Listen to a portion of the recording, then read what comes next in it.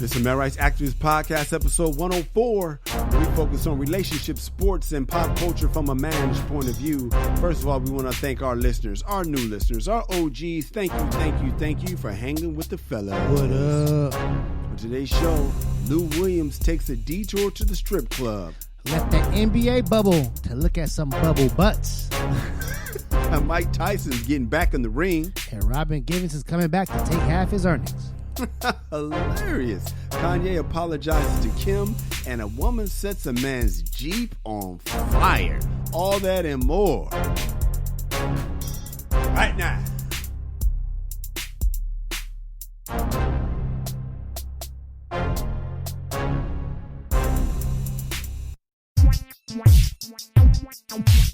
This is the MRA Podcast with Kyle and Kamal, where men come to talk and women come to eavesdrop. I am Kyle. I'm Kamal. And we're saving relationships one listener at a time, starting with the front page. Kamal, Representative Ted Yoho's under fire for calling Alexandria Ocasio-Cortez a fucking bitch. Fellas, you know you can't do that in 2020, dog. Even if she's acting like a fucking bitch. You just can't. I mean, honestly, like, I remember the champs used to talk about, they said that that podcast with Neil Brennan and Moshe Kasher. Yeah. Anyway, saying that one day the B word is going to be almost like the N word. And, I mean, we're getting there, dog. Because it's to the point, man, where if somebody's acting like a bitch and you call them out on it, you can't. Now, I don't know if AOC was acting like a bitch, but I'm going to say this about her. She's one of those driven women that don't take no shit. Nancy Pelosi don't take no shit. And I tell you, I could see why somebody might want to call Nancy Pelosi that from time to time. I'm not saying she is one. What I am saying is, when a woman is assertive and they don't take no shit, my mom's like that, and she always says the B don't stand for Brenda. Ooh, go on, mama. Yeah. So according to her, let's start with her side of the story. She said that he came up and said she was disgusting for a bill that she's backing, and then when she either corrected him on it, you know what it is? She said he was being rude. And she walked away, and then he called her a fucking bitch. So then you hear his side of the story. His side of the story is so funny, Kamal. It's so mild. You know, when you got two kids, yeah. You got a son. You got your youngest son, the Tasmania, right? Uh-huh. With Tasmania. Oh, he's no longer the Tasmania. He is I know, calm he's retired. as shit. Yeah. He's the artist formerly known as Tasmania. I know. When we went somewhere, some water park, I think it was my birthday or something.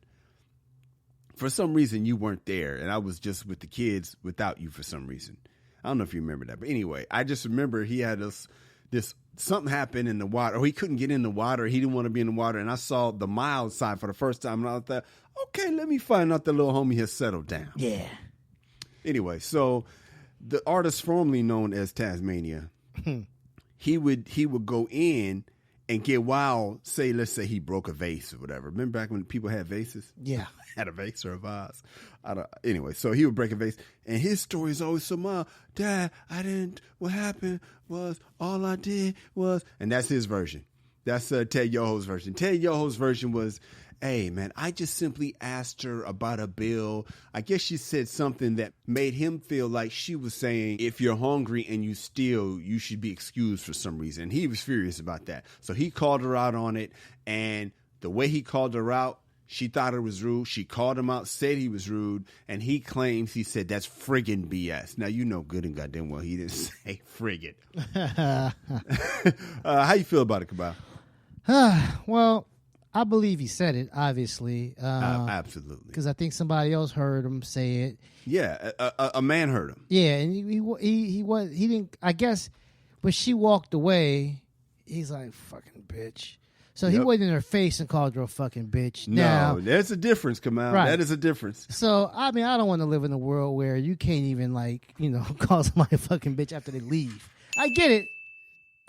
Yeah, not in her face and like, you fucking bitch, and trying to intimidate her, but just like, yes. Oh, man, this chick was a fucking bitch. No, you can't say that. Why not? Yeah. Why not? Now, I don't think she was being a fucking bitch. Listen, man, I don't give a fuck what you call me. I'm at that point in my life.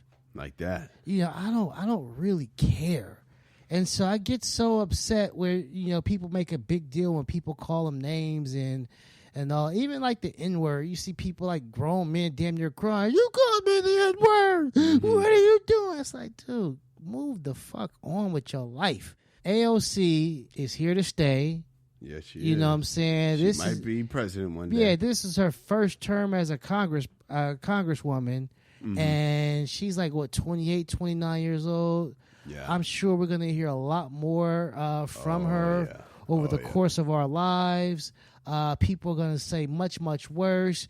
Wait till she gets the Hillary Clinton treatment. I mean, I bet Hillary's like, oh, that's all they called you? Oh, yeah. shit. I know. Wait till they start calling you murderer and stuff like that. You know what I'm saying?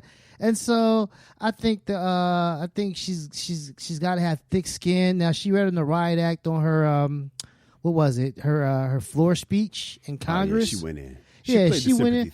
Card but the thing about it is, here's the thing about it. When you say shit like, she said something similar like, when you call me a fucking bitch, you basically calling your wife and your daughters. Oof. Hey, bitch, leave my wife and daughters out of this. Yeah, I've done it, not a lot, but on occasion I have called a woman a bitch. Mm-hmm. And I can unequivocally say I was not talking about my mom or my sisters. You goddamn right. I was talking about this chick. I'm talking about you. Yeah. No, not my mama. No, you. You are the one. You know what I'm saying? Yes. You're the one. Not my mama. My mama ain't got nothing to do with this. So, you know, and dude needs to be careful with a last name like Yoho, and his daughters probably have the same last name. It's like it was rife for jokes. Yoho. Yo-ho! Yeah, yo-ho. They put the space in the wrong spot. Yeah, so I think he needs to be careful with calling chicks names. I mean, you know, with a last name like Yoho. So, but I think honestly, man, it's I don't think she made it a big deal. I mean, she made it a big deal, but I don't think she's gonna let it, you know, set her back. And let me make this analogy. The guy, what was the dude's name? Roger Stone. I think we talked about it on the show last week. He was on Mo Kelly's radio show, produced by my guy Tawala Sharp. Shouts out. And he was frustrated, going back and forth with Mo Kelly, and then he mumbled under his breath, why am I even arguing with this nigger? Whoa, hey. No, Negro. Even doesn't matter what he said. It was the condescending matter. So I can understand how women would be like, the way you said it, though. You're one of the good old boys. You're an old white man, and you have held us down for years. So when you say that, all I'm doing is standing up for myself. That doesn't make me a fucking bitch. No, it doesn't. I'm on her side. And I think this guy is a dick, and he probably thought he could just, you know, pull some seniority shit and get her to change her opinions or her positions by just talking down to her on some, hey, I'm the white man and I'm the senior congressperson, so this is how we do things over here. And she was like sticking to her guns, and I applaud her for it. I don't honestly think that she probably should have brought that shit to the congressional floor, but you know, I wouldn't have did it. I would have like, well, I ain't got time for that shit, and just kept it moving. I'm not a big fan of when it feels like people are playing those little games, like, you know, I'm somebody's daughter and my dad is dead. Like, look, man, it's like me and you start bagging, right? And then all of a sudden, I get one in on you, and then you say, well, you know, that's not fair to me because, you know, my uncle has passed away last week, and why would you go there? Like, oh, why you soft now? You know what I mean? Like, you real damsel now. Yeah. You was talking shit. According to him, she had her finger in his face talking about, I'm not done with you. But then again, according to her, he had his finger in her face. I think sometimes when you're a man talking to women, you forget that you got to watch how you talk to people. Just like we didn't like the way that white woman was pointing her finger in Obama's face because it felt like she was condescending. You especially have to watch it being condescending to people of color and women because we really not here for that anymore. We come back, we have some feedback, and later in the show, a brother's in pre-nut mode so much he promises to do something he knows good and well he would never do. Stay tuned to find out. It's the MRA Podcast. Hey, what's up, guys? I sure hope you're enjoying the show. If you like it, I invite you to go to our website, themrapodcast.com. and catch up on over 100 episodes that we have in store for you. You ain't working, you might as well check us out. And if you want some more, go over to The World According to Cheryl and check me out on Cheryl Underwood's podcast. We post content there every single day. We have her normal radio show labeled SUR, and then the Cheryl Underwood podcast where we get in her personal business every Friday. Then on the weekends, we have the specialty shows that range from Late Night Cupcake to Auntie Cheryl's House Party to our gospel show, Spiritual Nourishment. You gotta check out The World According to Cheryl, even though I ain't on it. We got some feedback, Hobie. Do we now? Yes, we do, man. See, this first one is from Kevin. He said, I like the new commercials. When the first one came on, I was like, oh, wait a minute. This ain't The World According to Cheryl the way I remember it. The dude is spicing it up. Okay. The show has come a long way. I remember that time when Kyle was on the cruise and you two were not together. It was like Martin without Gina. Hilarious. But now it's like the old Martin again. That is Kevin, the real KP. I remember those episodes, man. I remember them too, man. They were always missing each other. Yeah, it was like, yeah. Thank God for feedback to let us know don't ever do that again. This is from Marcus. He said, I just wanted you to know that when y'all mention a movie or something, I go and watch it because you guys are comedians and I trust you. You guys are my ghetto, Siskel, and Ebert. That is from the big homie Marcus. Ah, man, I appreciate that. Yeah, man. And from Little Dog down in the town, he said, that new post-nut mode commercial really made me laugh when you tried to say the definition was from Webster and Kamel shot you down. And then he said his quote was from Aristotle. You guys are funny. I love the show. That one's from Little Dog in the town. Kamel, what you say, dog? Nah, man, I think mine really came from Aristotle. You know. I think so too. As a matter of fact, I'm pretty sure it's about to run right now. When we come back, man, our brother is in prenup mode, so much so he promises to do something he knows good and damn well he ain't never going to do. Stay tuned and find out what it is. It's the MRA Podcast.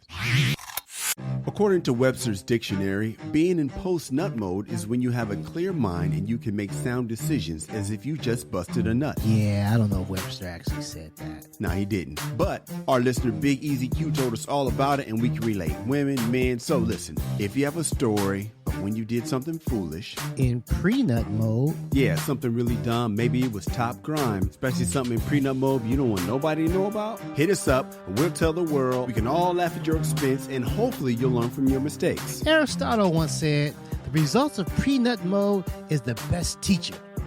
I think he said some shit like that. Send us your stories at dearirby@themrapodcast.com. That's dearirby@themrapodcast.com. And now it's time for a post-nut mode story, only on the MRA Podcast.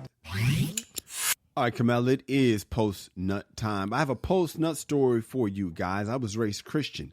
I went to these white Catholic schools in California all my life, but when it was time to go to college, I went to an HBCU down south and met a brother who turned me out, okay? The Bible says not to mess with anybody who you're not equally yoked with, but this guy had my little heart so infatuated that I compromised. I had never met a man like this before, a strong, black, militant Muslim man. He was one of those Muslims who believed Christianity was a ploy to control black people. Even though he didn't like my religion, he promised me he would come to church with me from time to time. You guys, he was lying just to get some. We stayed together for 3 years, and when I tell you he never stepped foot in that church, I think if I died, he would have missed the services and the cemetery only to show up at the repast. Now that I listened to your show, I realize that brother was just in prenup mode, LOL. Have you ever lied like that to get a girl? Come out. I don't think so. I fronted a little bit. I've acted a little harder than I normally would be. You know what I'm saying? Messing with like some chicks who was like in the thugs. I acted a tad bit harder. My Cali twang was a little harder than normal and stuff like that. But I never lied. Like, you know what I'm saying? If I was in college, I never said, you know, I wasn't in college or anything like that, or never said I was a different religion, or I would, you know.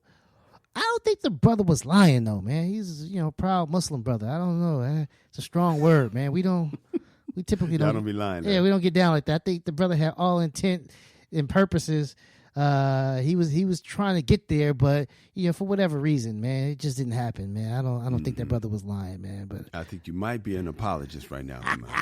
Slightly. By the way, this is from Lorinda in Claremont. Lorinda, have I ever lied to get a girl? I guess. I've lied, but nothing like this.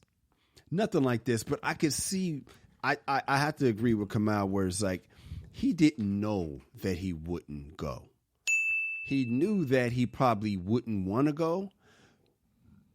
But when you're in prenup mode, Kamal, nothing you're thinking really makes sense. You can't trust your thoughts in prenup mode. No, he probably said it with the intentions of going. Yeah, he did. He really thought it was like, because when you meet a girl, especially when you're smitten by her, that chemistry is something else, Kamal. When you're smitten by a woman, you just want to be around her. You just want to see her. You want to talk to her, which is ironic because after years, you want the exact opposite. Get away. Let's not talk. Over there, please. Please get away. Let us get to the other side of the house during this quarantine. And when we come back, Kanye apologizes to his wife. And later in the show, Lou Williams gets excused from the bubble to go to a funeral only to make a detour to the Script Club. Find out what happened and our take on it. It's the MRA Podcast. Hey guys, if you're digging the show, then please tell somebody. People might say something to you like, hey man, what podcast you listening to? And that's when you say the MRA Podcast with Kyle and Kamal. Or the MRA Podcast with Kamal and Kyle. Kamal, it's no secret you're not a fan of Kanye West. No, not at all. The new Kanye, the Red Hat Kanye. Were you a fan of the non-Red Hat Kanye? No, I can honestly say, man, I was never a big fan of Kanye West. It's just certain people that talk a lot of shit, how great they are. I've just never, crazy thing about it is I like Ali, but I guess if I was around 12 when he was fighting or 14, I probably wouldn't like him just talking how great he is. But no, not a fan of Floyd Mayweather, not a fan of Kanye, not a fan of Donald Trump, just anybody that's always just jocking themselves. Like they the coldest thing since sliced bread. It turns me off. And so I don't really particularly care for his music either. So I don't like the guy, but I also don't really care for his music. Floyd Mayweather, I could actually say he's a hell of a boxer. Kanye, now, we're going to talk about boxing later. Come out. We're going to talk about the great Mike Tyson fighting again. Yes. Were you a Mike Tyson fan? Huge fan. Huge fan myself too, man. So Kanye, I like his music. Come out. I really, matter of fact, I might have all the albums. No bullshit. There might be one I don't have. I think one of those techno albums I didn't get. But pretty much, man, Kanye, I vibe with Kanye West. Musically. Now, he says some shit. And I'm a bit of an apologist sometimes because I see what he's trying to say. Because I'm a fan of his music. Because I'm a fan of his music, I see what he's trying to say. Just like I even see what Candace Owens is trying to say. But it's so frustrating what she says that I can't. I can get down with Kanye more than Candace Owens, but I see what Kanye's trying to say. I see that he's trying. Well, we talked about the other shit before, but like with not Rosa Parks, but Harriet Tubman. I didn't like that he disrespected Harriet Tubman. I thought that he was trying to say that we're not doing better, but how you pointed it out so well is we're doing a whole lot better. So he was just way off on that. But Kanye talked about being in the sunken place. He talked against Kim Kardashian, his wife's mother. He talked about wanting to divorce her ever since she did something with Meek Mill. She did some kind of presidential something with Meek Mill. So, man, he put that on social media. He even talked about the fact that he didn't want to have his first child, that he thought about having an abortion. Ironically, Kamal, I talked to my son about abortion last weekend. I saw him with my mom. And he said, I guess because I got together with the kids before they, half of them, not half of them, but a few of them are going back out of state. And so we got together and had some fun at Mom Duke's house. And my mom was saying back in the day, people had 8 kids because I had 8 kids with me, come out. And she said, man, back in the day, people had 8 kids. And I have 4 kids. And I said, dang, Mom, I would have 8 kids if it wasn't for a woman's right to choose. So, my son was right there. He laughed about it. Then we turned it into a coachable moment because he is right at that trapper nigga age. You know what I'm saying? Mm-hmm. He is right at that age of like, oh, let me not lose my man. Let me see what I could do. Damn. Yeah, I don't know how I got to abort. Oh, because of Kanye's abortion. So my son, I cannot relate. Some of my children, maybe I thought about not having, but definitely my son was the first one. I was like, nah, I'm not doing that this time. I never really thought of. I wasn't happy when my wife to be was pregnant. You know, I shed a few, and called my mom. But I wasn't like, we can't do this. I think I probably shed the tear because I knew that it was happening. I knew that my those days were over. So I knew he was staying. And so Kanye shared that, you know, he thought about not having a kid. Have you ever thought about not having a kid, Kamal? Nah. From my understanding, from my knowledge, I've only gotten 2 women pregnant, my ex-wife and my current wife. Nice. And that's because you operate in post-nut mode. Yeah. I think a chick, one of my old girlfriends from back in the day in college said she was pregnant, but But you left town, so you never found out. No, I mean, I kept in contact with her. It's just, you know, I think she was lying the whole time. Yeah. You know what I'm saying? I think she was saying she was pregnant while trying to get pregnant. So Kanye, he crossed the line with Kim Kardashian. He apologized. He said, I would like to apologize to my wife, Kim, for going public with something that was a private matter. I did not cover her like she has covered me. To Kim, I want to say, I know I hurt you. Please forgive me. Thank you for always being there for me. Let me tell you something. As an apology, as apologies go, I appreciate this apology. Number one, he did it in the same place where he disrespected her. Yes, he didn't go back to the South Carolina rally, but he said some foul shit on Twitter. He apologized on Twitter. Number two, he acknowledged that he did not do his job as a man. He said, I did not cover her the way she covered me. Fellas, as men, we got to cover our ladies. We have to. We got to have her back. We got to be there. Even when we don't want to. Our job is protect, provide. So we got to take care of those things. He did not protect in that way. And when you don't protect your lady, that is going to be a problem. And he acknowledged that she has actually done the right thing by him because she has made excuses for him the same way that Sarah Huckabee Sanders used to make excuses for President Trump. So she always had his back, and she's always been there for him, and he let her down in that one. So I appreciate the apology. How'd you feel about the apology, Kamal? I think it was necessary, but here's the thing about him disrespecting her. I think it's well documented he suffers from bipolar disorder. Yes. And if I encourage everybody who's interested in Kanye West or his situation to check him out, his David Letterman interview, I think it's called Netflix. On Netflix, right. And he explains the situation. And when he's actually balanced out, he has a sensible conversation with David Letterman, and he explains like what it's like being bipolar. And he was saying when he's going through one of those episodes, everything's a conspiracy. You think everyone's out to get you. Mm-hmm. I mean, it was the same shit he was saying against Kris Jenner and his wife. They're trying to come get me. He said that you think everything is evil, like, you know, his rally, or he was talking about toothpaste. They put things in toothpaste. Yes. That make us, you know, not want to turn to God or something. I mean, it's just you know, it's crazy talk. And so when you see him when he's normal, I hate to use that word normal, but I can't think when he's not on having episodes. Right. He explains this.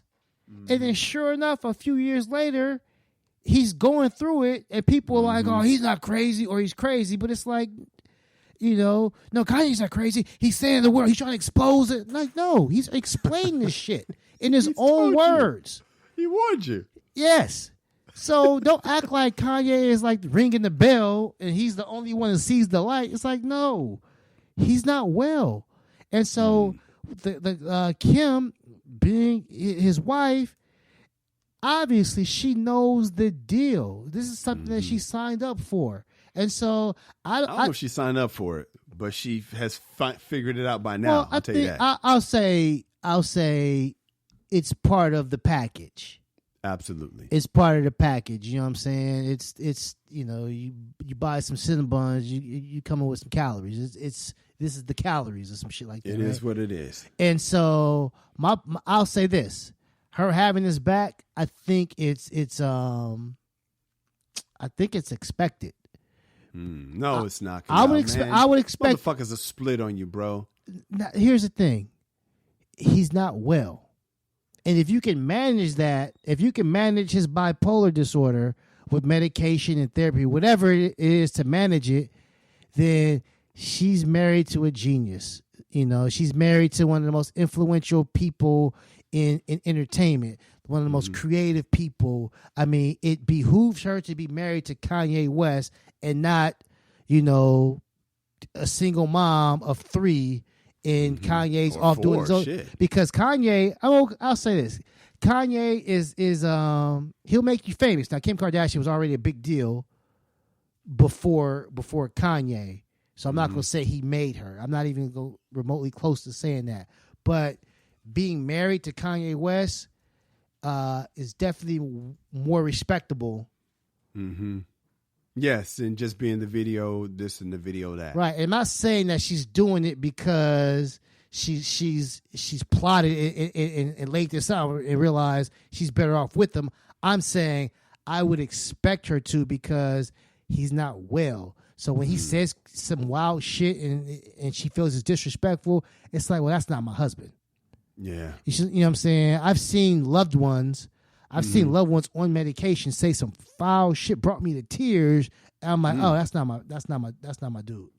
Yeah. That's not my guy. So once we get him off whatever he was on, this medication, and get him a different dosage, I'm not still salty with him. I'm like, well, now you good? Now 2 weeks ago you said this. Let's deal with this motherfucker. Nah, man, I'd be an asshole. I'd be a fucking bitch. Are you an asshole? No. Let me ask your wife. No, it's not. Hey, man, we come back. Oh, my God. Speaking of assholes, a woman set a man's Jeep on fire. And later in the show, we have a Dear Irby letter from a teen who has to decide if he should live with his mom or his dad. Eesh. What would we do if we were in his shoes? Find out soon. It's the MRA Podcast. Hey guys and gals, if you're enjoying the show, let someone know. Whatever app you're listening on, please subscribe, give us 5 stars, and leave a positive comment. And why wouldn't you give us 5 stars and a positive comment? We're great. Yes, we are. This helps our placement so that other people can enjoy the show as well. And why wouldn't they? We're great. Kamal. Did you see the video of the woman who tried to set a dude's car on fire and she got blown into the next car? Well, she didn't try. She did that shit, but no try. She caught a bad one in the process. So the video starts off. I don't know if it shows. There's a long version, short version, but she breaks the window. I break the windows out your car. She broke the window, the back window. She's dousing my dude's black Jeep that he just got, like low key 3 months ago. She douses inside and out, lights a match, throws it in the back seat through the open, broken window, and that thing, boom, kicks back and knocks her off of her feet like when Marty McFly was playing the guitar in Back to the Future, and he hit that riff and got lifted, got decleated into the car next to her, by the way, which was a Chevy Equinox that I guess they down with these American-made cars because it was out right outside of Detroit. So they interviewed the dude, right? Young, hip, cool brother. He didn't want to be on camera, but they caught him on camera anyway.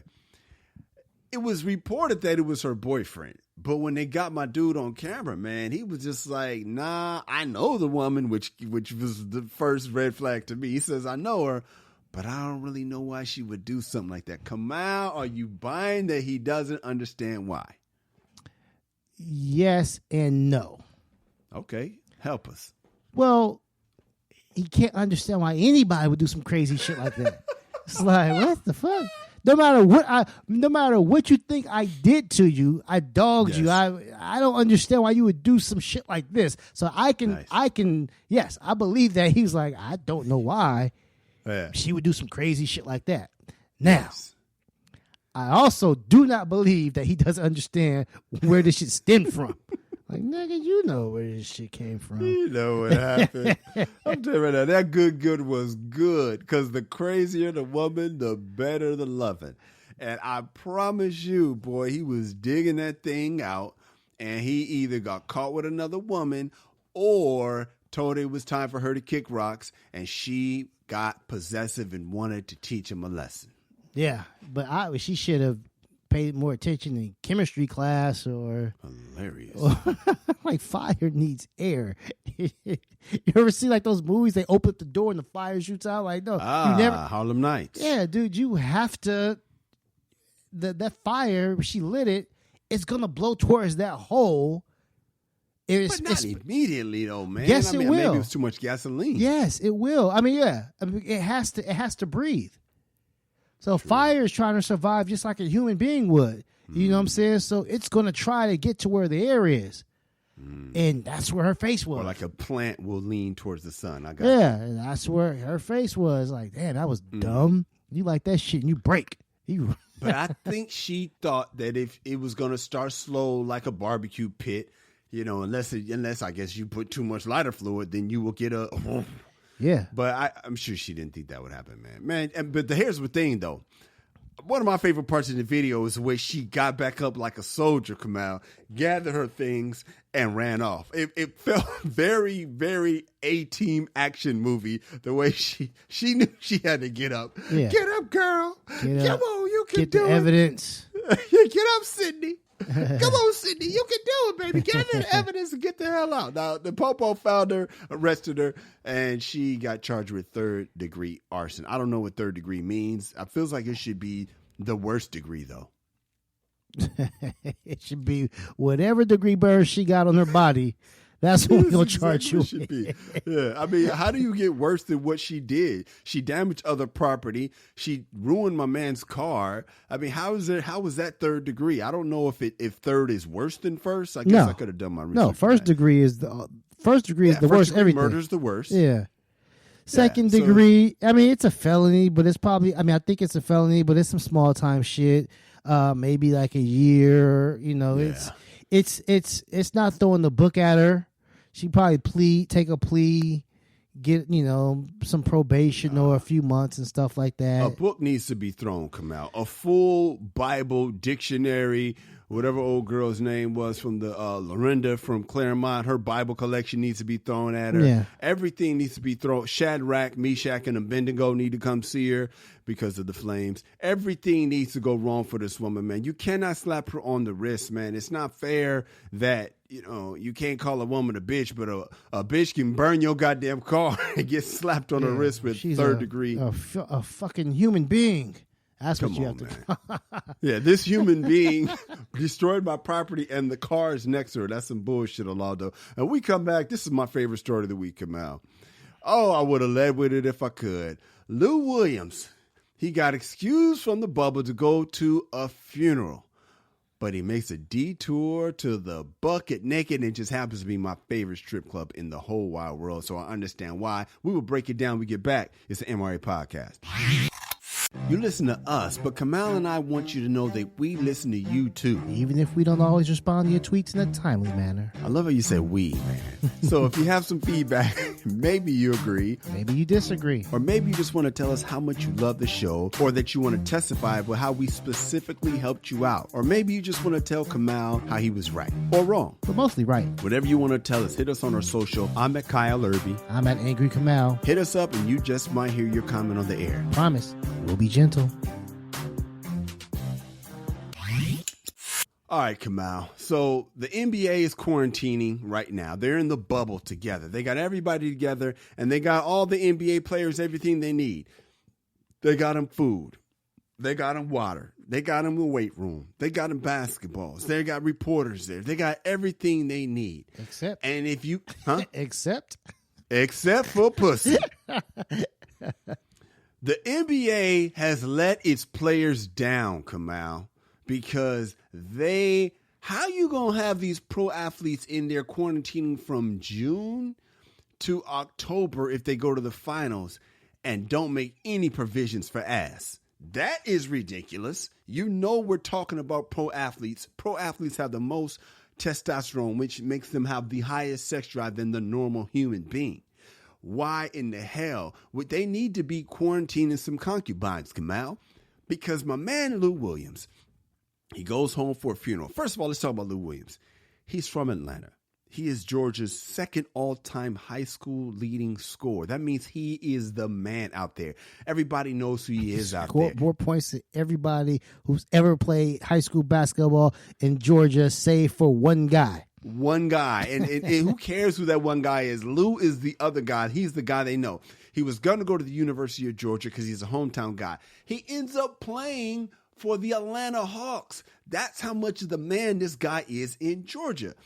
Then he goes to the greatest strip club in the world, known as Magic City, that has the best chicken wings. Matter of fact, the chicken wings he ordered are named after him. That's how often he goes to this strip club. They are called the Lou Williams Lemon Pepper Barbecue Wings. That's how much Lou Williams loves this place. He goes to the goddamn strip club, and his fucking idiot buddy takes a picture of him and Lou in the strip club and then posts it. And then after he posts the picture, he takes it down and lied and said, "Oh, I just posted that because I miss my friend."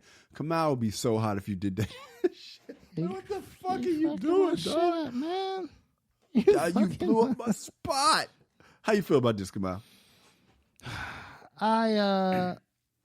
Here's the thing about the optics are bad, obviously. Very. The optics are bad because it looks like he left the quarantine to go get bounced on. That's what it looks like, and that's what they're trying to shape it out to be. But honestly, and even if he did, I get it. Yeah, but that's not what happened. What happened, Kamal? He went to a funeral, and later on that night, since he's out of the bubble, he's gonna have to quarantine anyway. Yeah. You know what I'm saying? He decided to go get some wings and to see some things. Hey, man, wings and things. The better version. Right. And that's what he did. And his idiot friend, who probably had no malice in his heart, took a picture. He was excited. Hey, look at my boy is here. And look who's here. Exactly. He's there next to the son of Georgia, one of the greatest basketball players to come out the state. You're walking around. I'm thinking about the great athletes we went to Eisenhower with. Most of them didn't, except for Ronnie Lott. We didn't go to Eisenhower with him, but it would be like if Ronnie Lott came home, because not only did Lou Williams kill it in high school, which Ronnie Lott did, then he went on to be an NBA stud. So he's not quite Ronnie Lott, but you get what I'm saying. It would be like if Ron Lott came back to Rialto and we all went to the bucket naked together. I'd be so proud that I'm out hanging with my guy that killed it. What'd you say? It's funny. Yeah, it's like, come on, man. So I get that he was proud, man. Dude was slipping, though, man. Definitely slipping. Honestly, I'm surprised that they allow like phones and pictures in the strip club. I would think that would be a no-no. Like, you can't go to a Dave Chappelle concert with a cell phone, but you can go in the strip club. I would think that would be off limits off the bat. But yeah, man, in the G for people who don't really know anything about this subject, strip club food is delicious. How do you know, Kamal? I've been to a couple, and each and every time I was always impressed. You remember that script we wrote for Cheryl, and that character would always go to the strip club to eat. Hell yeah! Every night she would go to the strip club for dinner. That's the real Cheryl too, by the way. That's why I went to Magic City with. She loves going to the strip club to eat. She really goes to eat. I mean, she enjoys the show as well, and she's always telling the dancers. By the way, she's always trying to talk to them about the direction of their life. I'm like, Cheryl, stop ruining the fun. Stop ruining the goddamn fun. But yeah, man, you're saying the food is delicious. The food's delicious. It's amazing. Yeah, it's obviously unhealthy, but man, I'd take that over. Like home. I'd take that over like some Wingstop and Buffalo Wild Wings and all that stuff, man. I know I'm gonna get some real fried chicken up in that bitch. Man, I got a cousin, man. My cousin Kevin, matter of fact. When he comes home, he's got to go to Tito's Tacos. That's my spot, by the way, too. Tito's Tacos for the tacos, the crispy tacos. And I can imagine if Tito's Tacos came with titties as well, bro. Like, imagine. Imagine. Oh, Tito's Tacos would be even better. Well, yeah, it's like you ever be away from somewhere, like your cousin, every time he comes to town, he's got to go to Tito's. It's the same thing. I've been quarantined for 3 months or whatever. Yeah, man. Yeah. Let me go get some wings, man. Where they named the wings after me. Let me go back to my kingdom. Plus, I just got done burying a OG family friend. Come on, man. Like, I'm sad. And I've just been around dudes for the past 3 months.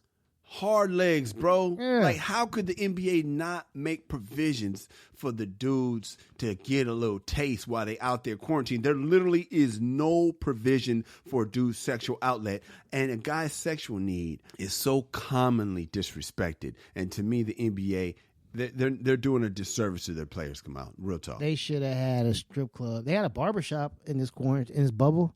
They should have a strip club. Yep. I mean, really, they really should. They should have flown in from all over the country. Yep, the greatest. Yeah, the greatest. You know what I'm saying? But you know why they wouldn't do it? Because it looks bad, and it's the same reason why these strip clubs had a hard time getting a PPP loan. And that's bullshit, man. Why are you frowning on these strip clubs getting a PPP loan? They are an American business, and they help keep marriages together. You're damn right.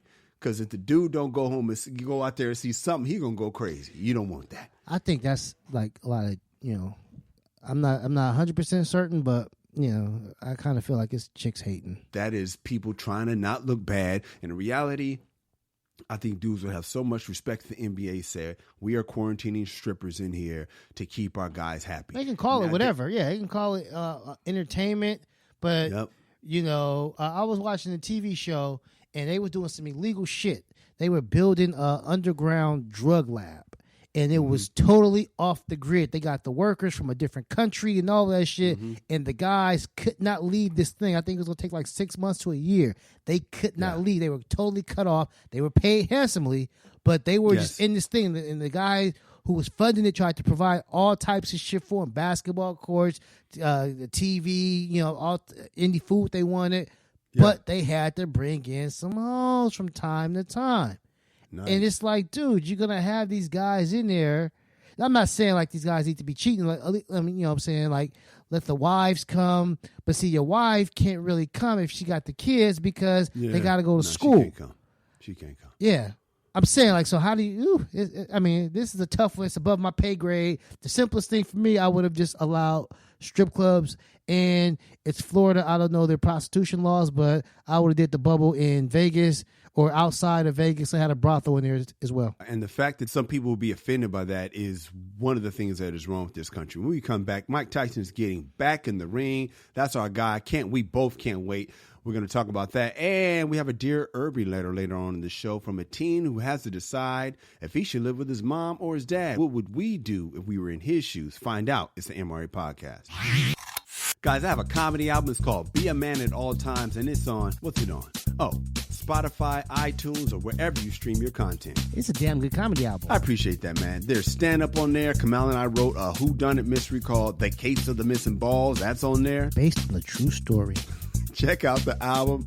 Show your boy some support. And you can buy it on iTunes. Keyword buy it. Stop streaming. Kamal, my absolute favorite boxer of all time. Much respect to Muhammad Ali, but I grew up on Iron Mike Tyson. And he's been posting social media videos. He's sparring against some guy. The guy's holding a heavy pad. I love when Mike does those uppercuts. He's doing the uppercut, the punch, the combos. He ducks, he dodges. And then he turns his sweaty face to the camera in that Mike Tyson voice and he says, I'm back. Well, turns out he really is back, Kamal, because he is going to fight another great, not as heavy as Mike, but a great in Roy Jones Jr. They get on September 12th, 2020 in Carson, California. Kamal, I'm excited. Mike is my favorite guy. I used to love watching Mike Tyson knock fools out in 90 seconds. Now, of course, I don't want to see him knock Roy Jones out in 90 seconds. I want to see him box. I want to see these guys go at it, but I don't want to see Roy Jones get hurt. but I want to see these guys box. How you feel about it? Okay, these are two of my top three. If you don't Oscar De La Hoya in there, that's my top three favorite boxers of all time. And so, nice. Never knew that. Yeah, I'm. Here's the thing about it. I'm a huge Iron Mike fan. Yes, I'm a Mike apologist. Me too. You know what I'm saying? I'm a Mike apologist. Me too. I even those knockouts, if you let me talk long enough, I can explain those knockouts. The ones he got knocked out. You mean when he lost? Of course. I can explain those. If you let me talk long enough, it's hilarious. I can explain exactly what happened. Yes. And so I want nothing but success for Iron Mike. Mike is one of the guys, the famous people that have fallen on hard times that I'm always constantly rooting for. You know what I'm saying? Some people is like, well, shit, I'm sick of this guy. You know, like Rodman or something. I'm not really rooting for Rodman anymore. But like Iron Mike, I'm constantly rooting for him. And so I want to see him win. However, I don't want to see it at the expense of Roy Jones. Exactly. And so, me personally, I don't think this fight's going to happen. I think that Mike's going to pull out, not because he's scared, but because he might suffer an injury because he is in his 50s. You know, I think that Mike doesn't have to worry about getting knocked out because he's not fighting somebody at 240 like those heavyweights where anybody hits you, you go down. You know what I'm saying? So he doesn't have to worry about Roy's punching power to hurt him, and Roy has to worry about Mike's punching power. Yeah. I think Royce fought at heavyweight one time and he beat a big guy, John Ruiz, but Ruiz was not a big puncher. So Roy didn't have to. Ruiz is really big though, isn't he? Yeah, but he wasn't a puncher. So Roy didn't have to worry about the guy hurting him if he got caught slipping. And he was slow enough where it's like I won't get caught slipping. But even if I get caught slipping, it ain't gonna hurt me too much. It's not gonna break my neck like one of these other heavyweights. And so this fight on paper favors Iron Mike just because Roy's not as fast. Roy gets caught slipping a lot lately in his you know what I'm saying, his latter part of his career. So I want Mike to win, but not at the expense of Roy. I just let somebody else hop in the ring, you know, Bernard Hopkins or somebody. Somebody you want to see. Yeah. Somebody you want to see get beat up. Yeah, somebody. It's like your friends fighting, man. That's a really good analogy, man. It's like, you remember when your friends would go at it? It's almost like, well, your kids, I don't know, your kids are a little bit too far apart. Yeah. But I remember when me and my sister used to go at it. My mom used to tell me how it used to hurt her to see us arguing. And now, as a father, I'm like, oh, yeah, man, that's just the worst. When your one kid is going against the other kid, it's like, come on. It's a little narcissistic to make it about myself, but it definitely bothers me that they are going at it. So it's like, yeah, man, I wish I'm normally wanting Mike to beat the crap out of the guy. And Mike sets up the story with the trash talking and I'm going to eat your kids, whoop-de-whoop. And this stare down game is the best. How is he going to fight without the stare down game, the stare of hate? Mike don't hate this dude. No. But wait a minute, isn't Roy a bit of a shit talker and I'm the man kind of guy? No. Oh, okay. I mean, he is, but Roy, see, the thing about it, Roy doesn't diss other people. Okay. You know what I'm saying? Well, Kanye does diss other people too. And Roy never proclaimed that he was the greatest of all time. He just, y'all can't beat me. Yeah. You know what I'm saying? And you know what? So what? I contradicted myself. I like Roy. Shit. I love it. Hey, let's keep it real. First he said no. He said, you know what? Fuck it. I contradicted myself. I do that sometimes. When we come back, we have a Dear Irby letter from a teen who has to decide if he should live with his mom or his dad. What would we do in his shoes? Find out next. It's the MRA Podcast. Hey guys, what's up? If you're enjoying this show, do us a favor and donate to our Patreon. Word. Just go to www.patreon.com. That's Patreon.com and make a donation to the MRA Podcast with Kyle and Kamal. Word. It's that simple. Listen to the show, love the show, share the show, break the show off with some dough. Bars. Let's get into this Dear Irby letter. Let us. Dear Irby, my name is Jaden and I'm 16 years old, like that guy you had on your show named Carson. Oh, you remember that. I have a situation I was hoping you can help me with, but it's not like Carson's. My parents are getting a divorce, and I was wondering what you would do if you two were in my position. My mom asked me who I want to live with, and I'm not sure what to do. I love them both. It would be cool to live with my dad because we get along so well, but I would not want to hurt my mom. So I was curious, who would you live with if you had the choice? That is from Jaden in Palm Springs. Come on, man. This didn't happen to you. You're one of those lucky Huxtable kids whose parents are still together. Thank God. But if you were in a situation where you were 16 years old, some would say 2 years left in the program, and your parents said, this is it. And you had to make a choice, Kamal. What would you do? Oh, I'm staying with moms at that time. Sounds simple. Yeah, it's not even close. My pops was harder on me than my mom's was. You know what I'm saying? So just for my comfort level, I'm rolling with moms on that one all day long. As an adult, I would be like, well, I need to be with my father, but as a child, I'm going where the fun is. I'm going where it's going to be easier for my social life. And that's with moms. No, I never had to deal with this, man. My son is going through it. Well, we've been divorced for several years, but my son never had a choice. We didn't give him that choice. We just did joint custody, and he lives with us both. And so I understand where Jayden is coming from. I think me and my son have a much better relationship than he and his mom does, but basically he never wants her to feel bad. And so he, like, on certain days, if it's her day, he'll go to her day just on GP just because it's the schedule. And he'll be over here having the ball, and he'll go over there. He'll tell you, like, what are you doing over there? I'm just on my phone the whole time. Like, wow. And it's clearly he's having fun over here. And, you know, there's more people to talk to and whatnot, but he doesn't want to make his mom feel bad. So he'll, inconvenience himself just so his mom doesn't feel bad. And so I would say, Jayden, if you can you do both? Are they both going to stay in Palm Springs? Now, if one's moving out of state or out of the area. That's what I would guess is happening. Yeah, if they're moving out of the area, that's a tough one, dog. I would say, man, talk to moms, man. Talk to her first because, yes, you and your dad get along, but you don't want to hurt your mom's feelings. She's got something that your father doesn't have, and these are maternal instincts. You know, your father, we just don't have it. We have a more practical relationship with our children. Moms have, you know, something that's just, you know, like I said, it's internal. Yes. You know, it's in their core. You know, you nursed it. You know, I don't know if you nursed, but basically, she grew you. She cooked you in her stomach, for the most part, and so she's got a connection to you that your father will never have, and that's why you know, fathers don't get the same love as mothers. That's why you know, hi mom instead of hey pops.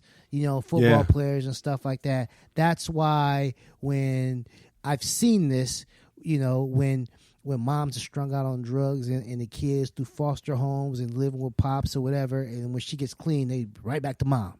Like, man, we talked about that on this show, man. How we have a homeboy who that happened to. Man, he stepped in the gap for his wife, and then when she came back, it was like pops wasn't shit. Right, that's what it felt like. That wasn't said, but that's what it felt like. Right, and so I'm saying all that to say, Jayden, you going to live with your father will probably hurt your mother. Not probably, no question. Now, the question is, I don't know your mom. Is she going to be mature enough to get over it and be understanding? Or is she going to sulk? And that would be human nature. That's understandable if she is. Sulk and just take it the wrong way. So I would have that discussion with her and see where her head's at. See, you know, what the pros and cons are. Maybe, you know, knowing what you want, but try to, you know, maybe coming to some type of solution together. But already knowing what you want. But that's a tough one, sir. I wish you well. I hope everything works out. And no, I didn't give you a direct answer because I can't say go live with your pops, or I can't say either or. I would say having a discussion with your mom because she's the one who would probably be the most affected by it. But if you can, I would say do joint, do both if you can. Okay. When we come back, I'm going to weigh in. Yo, what's up? I'm Kyle. And I'm Kamal. And you're listening to the MRA podcast where men come to talk and women come to eavesdrop.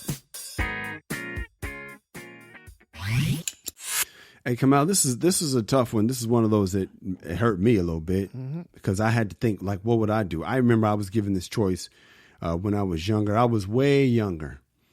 And I think it makes a difference how old you are. It makes a difference if you're 3, 5, 10, 15, or 16. Yeah.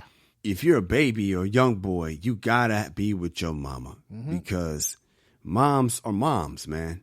You really need your mom starting out from 0 to whatever, let's just say 10. But then it takes a man to raise a man. Yeah. Women, they do whatever they do what they could do, but learning how to be a man at all times is why we're on this show. It took me, I didn't have my dad around all the time as much as I needed him. So I learned a lot of stuff about being a man when I got older. And that's one of the reasons why we have this show. Kamal was raised with the father, so his being a man game is way stronger than mine because I had to pick mine up on the fly. But from mentors and my dad in an older age, my dad stepped up around high school, high school. Around 9th grade, he really, right on time. I didn't live with him, but I started spending real time with him. And I needed that. It takes a man to raise a man. The problem is, if you have a good relationship with your mother, you never want to hurt your mom. And moms get away with this on some mom guilt shit. Yeah. Wives do the same thing. We as men are designed to please women. And because of that, that's why AOC was able to get in front of the judge. I love this Richard Pryor joke where he said he got divorced. He said his wife was a piece of work. But when they got divorced, she was a white woman and she showed up to that court looking like a fourth grader. And she played on that judge's court. And I said, woo-wee. You know, it's amazing how innocent they get. They go from straight venom to straight puppy eyes like it ain't nothing. And you looking at her like, that ain't the same bitch that was cussing me out 3 weeks ago, Your Honor. That's not her. That's not her. And so women have a talent that men just don't have. And it's that know how to pull on a man's heartstrings. So they call it mom guilt. Thank God I do not have that kind of mom. My mom would be hurt, but my mom's the type, I'm so lucky, who's very understanding. Me and my mom, I never realized how great a mom I had until I got older and realized the things like the fact that I was able to talk to my son about a woman's right to choose and, you know, the times of the babies I don't have and me and moms and my son and talking, shooting the shit. The fact that my mom can listen to this show and not, you know, be so sad and be like, but son, why would you, you know? No, I'm very lucky. Didn't know when I was younger. Very, very lucky. I would tell you, man, if you probably need to live with your dad at your age. Your mom will be more attentive. Your mom is going to look out for you more, and you probably don't need as much as that. It depends, though. Your mom might be one of those cold moms that's like, whatever, walk it off. But at your age, at 16, you need your pops. If you was 10, I would say Mom Dukes. You need some advice in your relationship and can't afford a therapist? Yeah. Hit us up and we'll get you through this. We won't even charge you a copay. Exactly. The Dear Irby letter is our longest standing segment on the MRA, dating all the way back to the webisodes.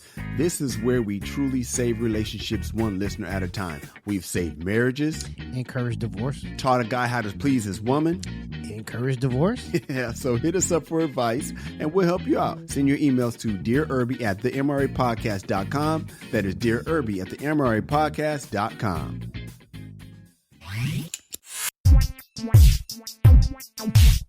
Where can we find you?